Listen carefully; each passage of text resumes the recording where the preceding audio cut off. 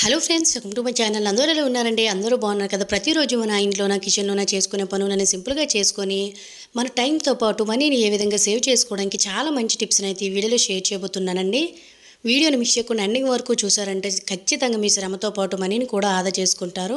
అలాగే వీడియో కనుక నచ్చినట్లయితే ప్లీజ్ ఒక లైక్ చేసి, ఇంకా మీలో ఎవరైనా మన ఛానల్ సబ్స్క్రైబ్ చేసుకోలేకపోతే ప్లీజ్ సబ్స్క్రైబ్ చేసుకుని పక్కనే ఉన్న బెల్ ఐకాన్ ఆల్ యాక్టివేట్ చేసుకున్నారంటే ప్రతిరోజు నేను చేసే వీడియోస్ అన్ని డైలీ నోటిఫికేషన్లో వస్తాయి. ఇంక ఫస్ట్ టిప్ అయితే చూద్దాం. నార్మల్గా అప్పుడప్పుడు వాడే ఇటువంటి క్యారేజెస్ కానీ బాక్సెస్ కానీ అటుకు మీద పెడుతూ ఉంటాం కదండి. సో ఈ విధంగా మనకి జిడ్డు అనేది పెట్టేస్తూ ఉంటుంది వాడకపోయేసరికి కిచెన్లో ఉంటాయి కాబట్టి. అలాంటప్పుడు వీటిని క్లీన్ చేయాలంటే చాలా శ్రమ పడవలసి వస్తుందండి. పీచుతో తోమేమంటే పీచు నిండా కూడాను జిడ్డంతా అయిపోయి సో పీచులు కూడా ఇంకా పనికి రాకుండా పోతాయి. ఎంత నల్లగా మురికి పట్టేసి జిడ్డు పట్టేసిన వాటిల్ని మనం చిటికలోనే క్లీన్ చేసేయడానికి చాలా మంచి టిప్ని అయితే తెలుసుకుందామంటే, కొంచెం బేకింగ్ పౌడర్ని అయితే ఈ విధంగా జిడ్డు పట్టేసిన మురికి పట్టేసిన సామాన్ల మీదలో కొంచెం వేసుకున్నాం అనుకోండి, సో మనకు మురికి అనేది చాలా బాగా వదులుతుంది. అలాగే కొద్దిగా సాల్ట్ అనేది యాడ్ చేసుకున్నాం అనుకుంటే తుప్పు మనకు అలాంటివి గట్ట పోతాయి. కొంచెం వెనిగర్ని వేసేసుకొని 2-3 నిమిషాలు పక్కన పెట్టేసుకున్నాం అనుకుంటే మొత్తం జిడ్డులా పట్టేసిందంతా కూడా మనకు ఊడొచ్చేస్తుందండి. సో ఇప్పుడైతే సంక్రాంతి కాబట్టి మనకి అటుకుల మీదవి ఇలా సెల్ఫ్లోను కబోర్డ్స్లోను ఉండేవన్నీ క్లీన్ చేస్తూ ఉంటారు కదా. ఇలాంటప్పుడు ఈ టిప్ అనేది చాలా బాగా యూజ్ అవుతుందండి. సో ఎప్పుడైనా ఇలా మురికి పెట్టేసినవి క్లీన్ చేయాలంటే మనకి చేతులు కూడా నొప్పి వచ్చేస్తాయండి. సో ఇలా మీరు కొంచెం ఏదైనా సర్ఫన్ కానీ లేదంటే విమ్ లిక్విడ్ కానీ వేసేసుకొని, మీకైతే వెంటనే చూపిస్తున్నాను చూడండి, ఒక డిష్యూతో క్లీన్ చేసేసి మురికి అంతా కూడా మనకి సింపుల్గా వచ్చేసిందండి. నేను ఎటువంటి స్క్రబ్ని కూడా యూజ్ చేయలేదు, జస్ట్ చేతితోటి ఈ విధంగా టిష్యూ పేపర్తో క్లీన్ చేస్తేనే మురికి అంతా వదిలేసిందండి. చాలా బాగా వర్క్ అవుతుంది. గిన్నెలు కూడా మంచి షైనింగ్ అనే వస్తాయండి. ఎప్పుడైనా ఇలా జిడ్డు పట్టేసినవి మనం క్లీన్ చేయాలి అనుకునేటప్పుడు ఈ విధంగా ఒక్కసారి క్లీన్ చేసి చూడండి. ఇటువంటి క్యారేజెస్ లాంటివి కట్టున్న మనం అప్పుడప్పుడు మాత్రమే వాడుతూ ఉంటాం కదండి. సో అటుకుల మీద ఉండేవన్నీ కూడాను ఇత్తడి సామాన్లు, సిల్వర్ సామాన్ల మీద కూడాను ఈ విధంగా కిచెన్లో పెట్టేటప్పుడు మనం వంట చేసే జిడ్డు అంతా కూడాను సో దాని మీదకి వెళ్ళిపోతూ ఉంటుందండి. ఎగ్జిట్ ఫ్యాన్ ఉన్న వాళ్ళకి ఇంకా ఇలా ఎక్కువగా జిడ్డు పట్టేస్తూ ఉంటుంది.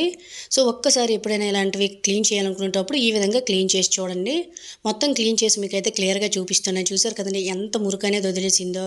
ఖచ్చితంగా ఈ టిప్ మీకు యూజ్ అయినట్లయితే మీ ఫ్రెండ్స్ అండ్ ఫ్యామిలీకి షేర్ చేశారంటే వాళ్ళకి కూడా చాలా బాగా యూజ్ అవుతాయండి. సో ప్రతిరోజు వాడినవి కాకుండా అప్పుడప్పుడు ఇలా బాక్సులు కానీ లేదంటే క్యారెట్స్లు కానీ వాడాలనుకునేటప్పుడు వాటిని ఈ విధంగా క్లీన్ చేసేసిన తర్వాత చక్కగా ఒక క్లాత్తో తుడిచేసి ఆరిన తర్వాత మనం చక్కగా ఇలా పెట్టుకున్నాం అనుకోండి, మనకి పాడైపోకుండా పిలుము పట్టకుండా కూడా ఉంటాయి. యూజ్ అవుతుందంటే తప్పకుండా ట్రై చేయండి. సెకండ్ టిప్ని అయితే తెలుసుకుందామండి. ప్రతి ఒక్కరి ఇంట్లోనూ కూడా గోడల మీద ఈ విధంగా మనకు పొట్లు అనేవి పట్టేస్తూ ఉంటాయి కదా, డస్ట్ కూడా పట్టేస్తూ ఉంటుంది. ప్రతి ఒక్కరు కూడా వారానికి ఒకసారి లేదంటే 15 రోజులకు ఒకసారి ఇలా దులిపిన కూడా మళ్ళీ మనకి పొట్లు అనేవి యథావిధిగా అలానే పట్టేస్తూ ఉంటాయి.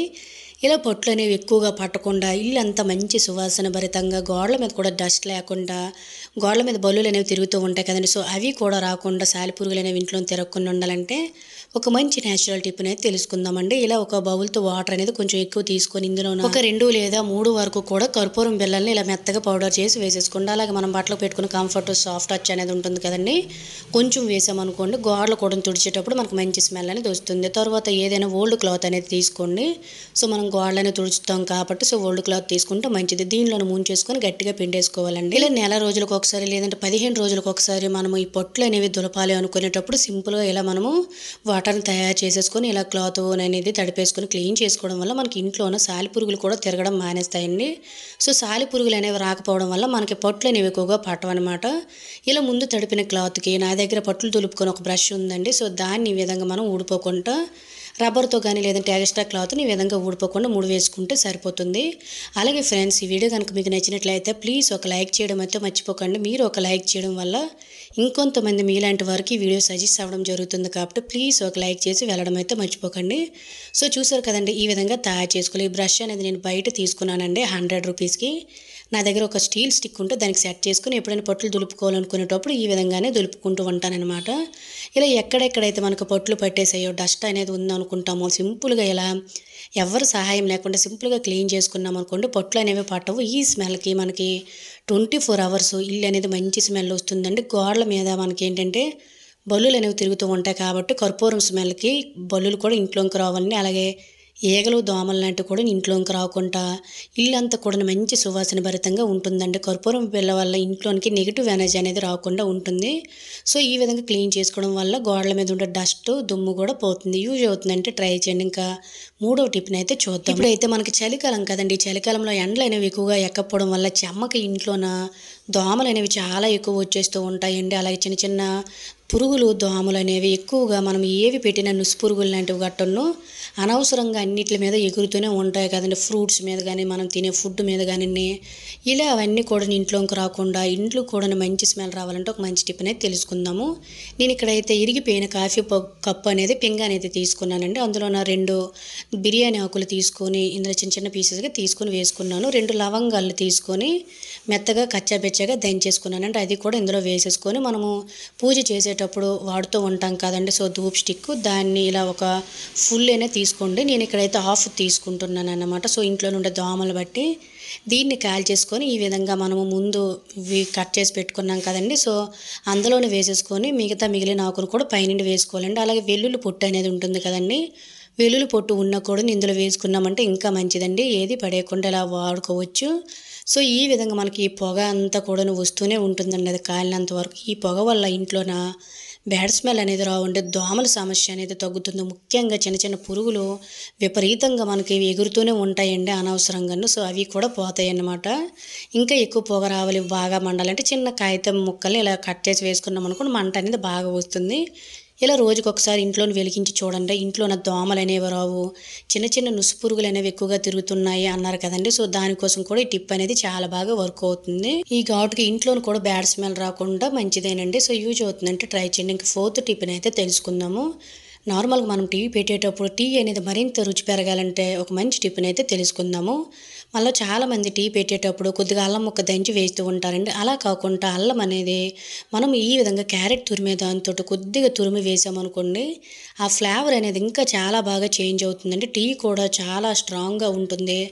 ఎవరైతే టీ లవర్స్ ఉన్నారో వాళ్ళు ఈ విధంగా అల్లాన్ని అయితే తురిమి వేసుకోండి. ఈసారి దంచి కాకుండా చాలామంది అల్లం కూడా వేయడం మర్చిపోతారండి. సో అల్లం అనేది అప్పటికప్పుడు దంచి వేసామంటే టీ బాగోదు. ముందే మనం టీ పెట్టేటప్పుడు అల్లం దంచి వేస్తేనే ఆ రసం అనేది అందులో కలుస్తుంది. అలా మర్చిపోయేటప్పుడు లేదా టీ స్ట్రాంగ్గా ఉండాలి, తలనొప్పి జలుబు ఇవన్నీ తగ్గాలనుకున్నట్లయితే ఇలా దంచి వేసామనుకోండి టీ టేస్ట్ అనేది మరింత పెరుగుతుంది. యూజ్ అవుతుందంటే ట్రై చేయండి. ఇంకా 5వ టిప్ని అయితే చూద్దామండి. ఇప్పుడైతే చలికాలం కదండి. ఈ చలికాలంలోన మనం బట్టలు అనేవి ఆరబెట్టామనుకోండి 1.5 రోజునైనా కూడా మనకి ఏంటంటే ఆరిన కూడాను చెమ్మగా ఉంటాయండి. అంటే చిన్న పదునుగా ఉన్నట్టు ఉంటాయి కదండి. వేసుకోలేము, చలి చలిగా ఉంటుంది.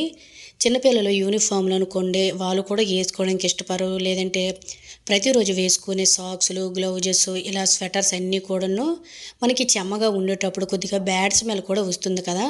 సో అలా బ్యాడ్ స్మెల్ రాకుండా వేసుకునేటప్పుడు కూడా మనకి ఇలా చల్లచల్లగా ఉండకుండా ఉండాలంటే ఒక మంచి టిప్ని అయితే తెలుసుకుందామండి. ప్రతిసారి కూడా మనం ఐరన్ అనేది చేసుకోలేం కదా. ఐరన్ చేసుకోవాలంటే కరెంటు బిల్ అనేది ఎక్కువ వస్తుంది. అలాగే టైం కూడా వేస్ట్ అండి. అలాంటప్పుడు సింపుల్గా ఇలా మనం చెమ్మగా ఉండే బట్టలు కూడా నీట్గా ఇస్త్రీ చేసేటట్టు చేసేయచ్చు. స్టవ్ వెలిగించేసుకొని ఇటువంటి హోల్స్ బౌల్ అనేది ఉంటుంది కదండి, చిల్లులు గిన్నె అంటూ ఉంటాము. దాన్ని ఇలా పెట్టేసుకోండి. స్టవ్ అనేది మన సిమ్లోనే పెట్టుకోవాలండి. లేదంటే ఆపేసుకున్న వేడెక్కిన తర్వాత గిన్నె ఇలా వదిలేసుకున్న సరిపోతుంది. ఆ తర్వాత మనము పిల్లలకి స్కూల్కి వేసుకొని వెళ్ళేటప్పుడు లేదంటే మనమేనా ఆఫీస్కి వేసుకొని వెళ్ళేవి గట్టను సాక్స్లు, గ్లౌజెస్, స్వెటర్స్ లేదంటే క్యాప్స్ ఇటువంటివన్నీ కూడా కొంచెం వేడి చేసామనుకోండి చక్కగా వెచ్చగా ఉంటాయండి. ఇప్పుడైతే చలికాలంలో కాబట్టి కాళ్ళు అనేవి చల్లగా అయిపోతూ ఉంటున్నాయి కదండి. పిల్లలు కూడా యూనిఫామ్ వేసుకోవాలంటే అస్సలు ఇష్టపడటం లేదు. ఇలా మనము ప్రతిరోజు వేసుకునే బట్టలు కొంచెం ఈ గిన్నె మీద ఇలా కొద్దిగా చుట్టూ తిప్పుకుంటూ మీకు ఇంకా మంచి స్మెల్ రావాలనుకున్నట్లయితే కొంచెం కంఫర్ట్ వాటర్ని కూడా నీ బట్టల మీద జల్లేసామనుకోండి బ్యాడ్ స్మెల్ కూడా రావండి. చెమ్మవాసన లాంటివి గట్ట బట్టలు వచ్చేస్తూ ఉంటాయి కదా. సో అవన్నీ తగ్గుతాయి అన్నమాట. వర్షాకాలంలో కానీ చలికాలంలో కానీ మనకు బట్టలు అనేవి అస్సలు ఆరవు కదండి. బ్యాడ్ స్మెల్ అనేవి వచ్చేస్తాయి. అప్పుడు ఈ టిప్ అనేది చాలా బాగా యూజ్ అవుతుందండి. ఒకసారి ట్రై చేస్తే మీకే రిజల్ట్ అనేది అర్థమవుతుంది. సో ఇది ఫ్రెండ్స్ ఈరోజు వీడియోలో అయితే టిప్స్ కనుక యూజ్ అయినట్లయితే please like, share, subscribe my channel. Thank you for watching. Bye bye.